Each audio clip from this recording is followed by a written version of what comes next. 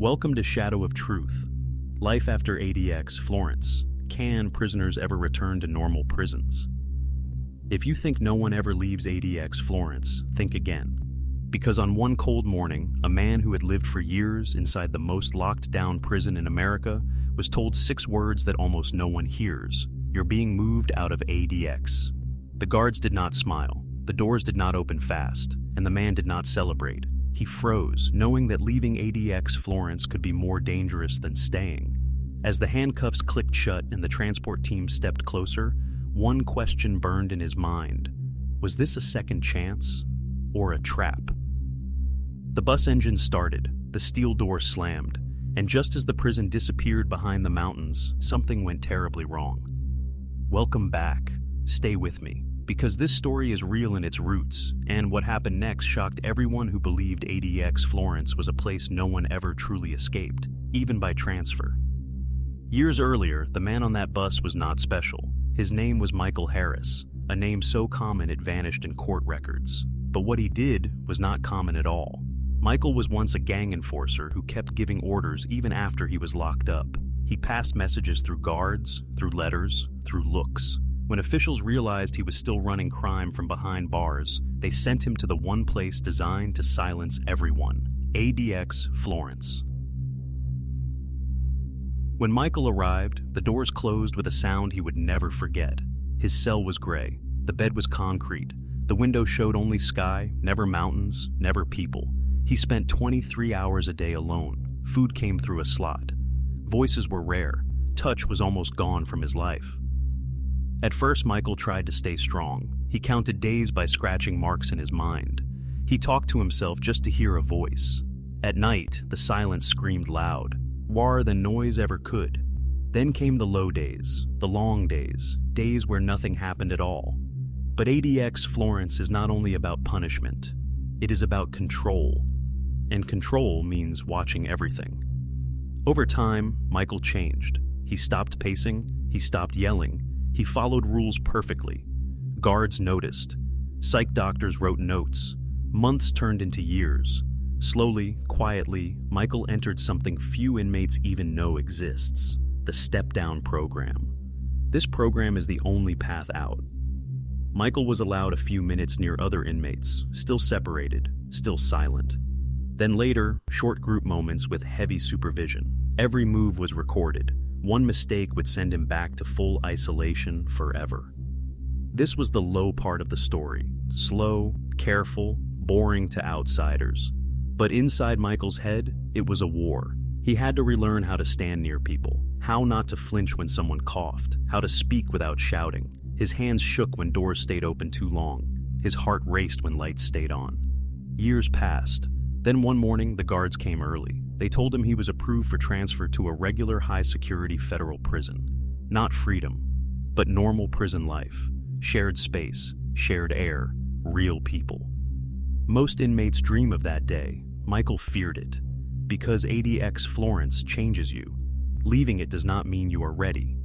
Still, orders are orders. That brings us back to the bus. Michael was chained at the wrists, waist, and ankles. 2 armed officers sat near him. No one spoke. As the bus moved away from the prison, Michael felt something he had not felt in years. Movement without walls. Then it happened. The bus slowed. Not at a gate, not at a checkpoint. It slowed on an empty stretch of road. The driver cursed under his breath. One officer reached for his radio. The bus rolled to a stop. Michael looked at P. Through the small window, he saw flashing lights, but not prison lights. Civilian lights. Then a loud bang hit the side of the bus. Another bang, the guards shouted. Michael's heart pounded so hard it hurt. Was this an attack, a mistake, or something worse? The door shook. And in that moment, Michael understood the truth no one talks about. Leaving ADX Florence does not mean danger ends. Sometimes, it only begins, and the bus door started to open. What really happened on that road was something no prison training manual could explain. The bus door was opening, the guards were shouting, and Michael Harris was still chained to his seat, unable to run, unable to hide. If this was an attack, he would not survive it. And if it was not an attack, then why had the bus stopped at all? Stay with me. Because what happened next changed everything Michael believed about freedom, safety, and the price of leaving ADX Florence. The door did not fly open like Michael feared. Instead, it cracked just enough for cold air to rush inside. A voice shouted from outside, not angry, not threatening, confused. "Federal Transport, cut the engine. You blew a tire." A tire, that was it. One of the guards let out a breath so sharp it sounded like pain. The other lowered his weapon. The loud bangs Michael heard were not gunshots. They were the sound of thick rubber tearing apart at high speed. The danger passed in seconds, but Michael's body did not believe it. His heart kept racing. His hands trembled in their cuffs. His mind replayed every fear ADX Florence had planted in him. This was the first lesson of life after ADX. Even small surprises feel like death. A repair truck arrived. The guard stayed alert the whole time. Michael stayed silent. When the tire was changed, the bus moved again. No one spoke about what happened. But Michael could not stop thinking. If a flat tire could cause this much fear, how would he survive a normal prison? Hours later, the bus arrived at USP Victorville, a high-security prison in California. Compared to ADX Florence, it felt loud. Doors slammed, men shouted, radios buzzed. Michael's ears hurt from the noise. The guards unchained him. That alone felt wrong. Inside ADX, chains were safety. Here, their absence felt like danger. Michael was led into processing. Other inmates stared at him. Not curious stares, measuring stares. These men lived around others every day. They knew how to read faces, and they could tell Michael was different. He moved stiffly. He avoided eye contact. He flinched when someone laughed too loud. ADX, one inmate whispered when he saw Michael's paperwork. The word spread fast. ADX inmates had a reputation. Some were feared, others were tested. Michael was given a cell with a bunkmate named Jason Miller, a man serving time for armed robbery. Jason talked a lot. Too much. He asked questions. Where was Michael from? What did he do? Why was he so quiet? Michael answered with short words. He did not trust his own voice yet. That night, Michael could not sleep. Jason snored. Someone down the hall screamed in his dreams. Doors slammed all night. The lights never fully went dark. In ADX, silence had been his enemy. Here, noise was. Days passed. Michael struggled with simple things. Standing in line, eating near others, walking in open spaces. His mind stayed ready for danger, even when none came. Some guards tried to help, others did not care. One afternoon, Michael was sent to the yard. The yard, a wide open space with dozens of men. Michael's legs felt weak as he stepped outside. The sky was huge. The noise was endless. Men lifted weights. Groups talked. Some argued. Then someone bumped into him. Hard. "Watch it," the man said. Michael froze. In ADX, any contact could lead to punishment. Here, it meant something else. The man smiled, not friendly, testing. "You from ADX, right?" he asked. Michael said nothing. The man leaned, "Loser. You don't talk much, that's fine, but don't think being quiet keeps you safe." Jason watched from a distance. He did not step in. That was the low point. Michael returned to his cell shaking. His chest hurt. His head buzzed. He asked to see medical. They told him to drink water and rest. But something inside Michael cracked. That night, he remembered the control of ADX, the order, the silence, the safety of knowing no one could reach him. For the first time, he missed it. Weeks later, trouble came. A fight broke out in the yard, not involving Michael, but close enough. Guards rushed in. Alarms screamed. Everyone was ordered to the ground. Michael dropped instantly. Too instantly. He covered his head, curled his body. His training from ADX took over. A guard grabbed him roughly. "Get up! You're not an ADX anymore!" But Michael couldn't move. His body refused. That moment went into a report, unable to respond to normal commands. The prison psychologist called him in. She asked calm questions. Michael tried to answer. He told her the truth, that ADX had taught him how to survive alone, not how to live with people. She nodded. She had heard this before. But the system moved slow. Other inmates noticed Michael's weakness. Whispers followed him. Tests increased. Small pushes, sharp words, silent threats. Then one night, Jason did not come back to the cell. A new bunkmate arrived instead. His name was Robert Kane. And Robert Kane smiled the moment the door closed. "You don't belong here," Robert said softly. Michael backed away. Robert stepped closer, and in that moment, Michael realized the scariest truth of all. Leaving ADX Florence did not make him stronger. It made him exposed. And when the lights went out, Robert moved toward him. Before Michael could step back, Robert Kane whispered something that froze his blood. "You learned how to live alone," Robert said, "but you never learned how to survive people." The lights were dim. The cell felt smaller than it ever had. Michael's back touched the cold wall. In ADX Florence, walls meant safety. Here, they meant nowhere to go. Robert did not attack right away. That was worse. He sat on his bunk, watched, smiled. He talked slowly, like he had all the time in the world. He asked Michael questions he already knew the answers to. How long were you in ADX? How many years alone? Did you ever lose your mind in there? Michael stayed silent. Silence had saved him before. But this was not ADX. Robert laughed softly. "You think being quiet makes you invisible," he said. "In here, it makes you a target." That night passed without violence, but Michael did not sleep. Every small sound felt like danger. When morning came, he felt weak, like he had already lost a fight. The next few days were low and heavy. Robert pushed slowly. He took Michael's food once. He blocked his way in the cell. He stood too close, always smiling, always calm. Michael reported nothing. In ADX Florence, reporting meant nothing changed. Sometimes it made things worse. His body still believed that rule, but things were getting worse. On the yard, Robert's friends watched Michael. They laughed when he walked by. One of them whispered, "ADX boy." Michael's chest tightened every time. The prison psychologist noticed the change. Michael stopped eating much. He avoided the yard. He asked to be locked in more often. "That's not healthy," she told him gently. Michael looked at the floor. "Neither was ADX," he said. She wrote notes. She made calls. But again, the system moved slow. One afternoon, a guard pulled Michael aside. "You need to stand up for yourself," the guard said. "This isn't Florence." Michael nodded, but inside he felt panic. ADX had taken away his ability to fight. Not physically, but mentally. Every move he made was careful, controlled, small. That night, Robert spoke again.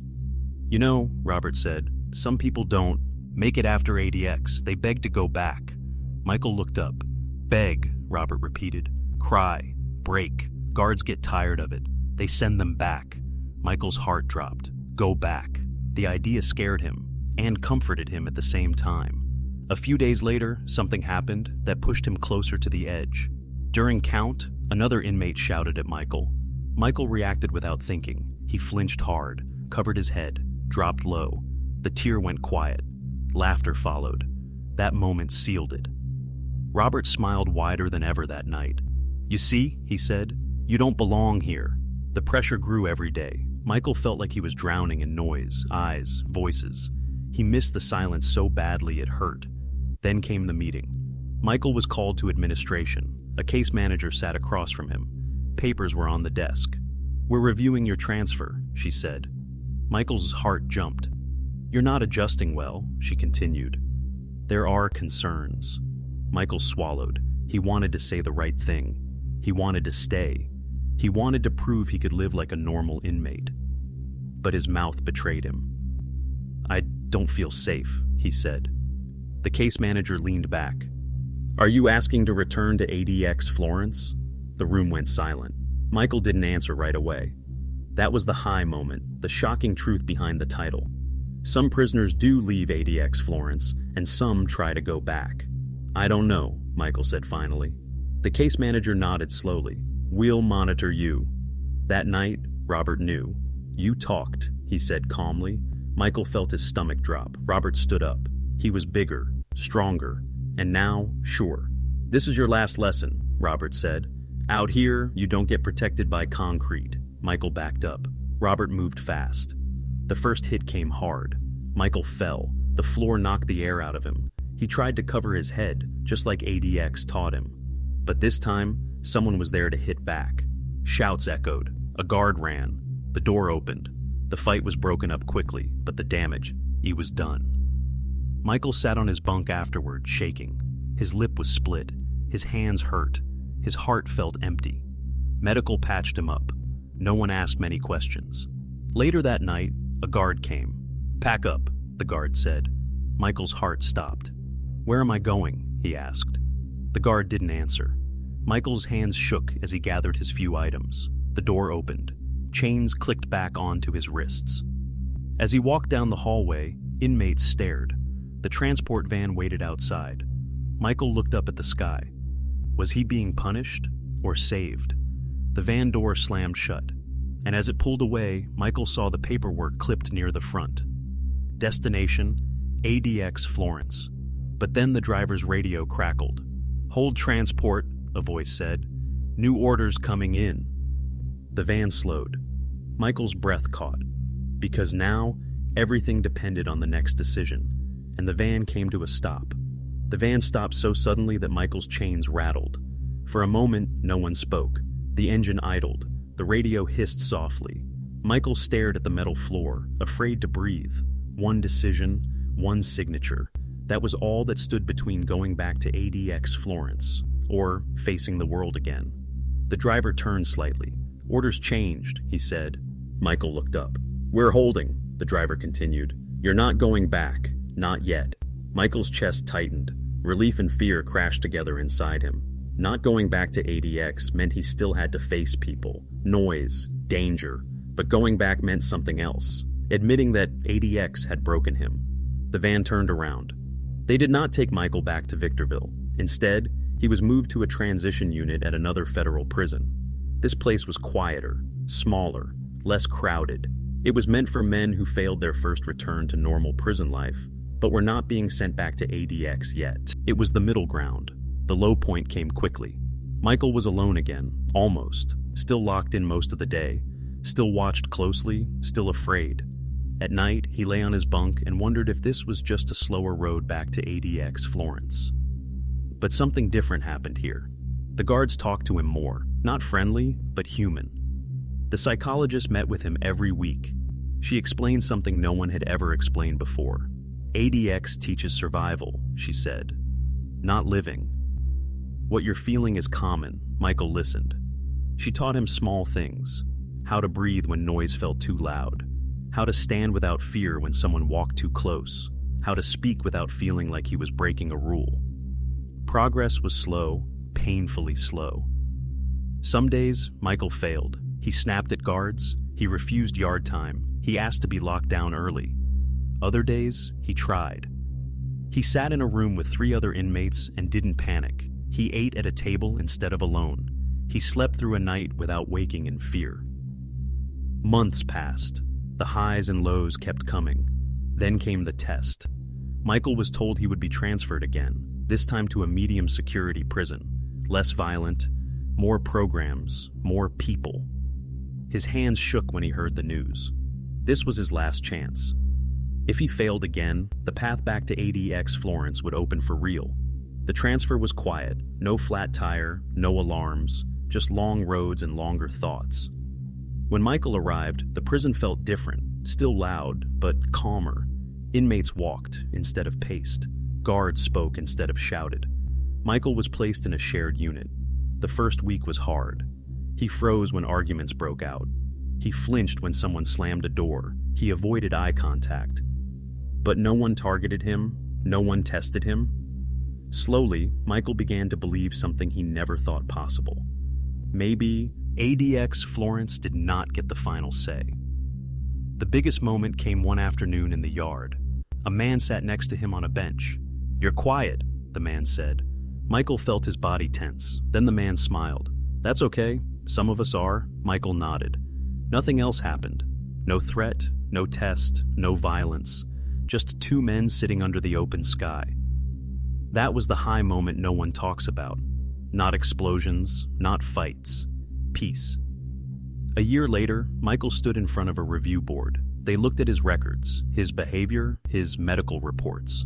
One man asked the question that mattered most. "Do you believe you can live outside of isolation?" Michael thought of ADX Florence, the silence, the concrete, the safety that was also a cage. Then he thought of the bench, the sky, the noise he was learning to survive. "Yes," Michael said. "I believe I can." The board nodded. Michael Harris never returned to ADX Florence. But many others do. Some cannot adjust. Some are sent back quietly. Some ask to go back because the world feels too sharp after years of silence. That is the truth behind ADX Florence. You can leave. But leaving is only the beginning, because the hardest prison to escape is the one built inside your mind. If you stayed to the end of this story, thank you. If you want the next story, real, deep, and unsettling, make sure you're ready. Because some prisons don't have walls at all.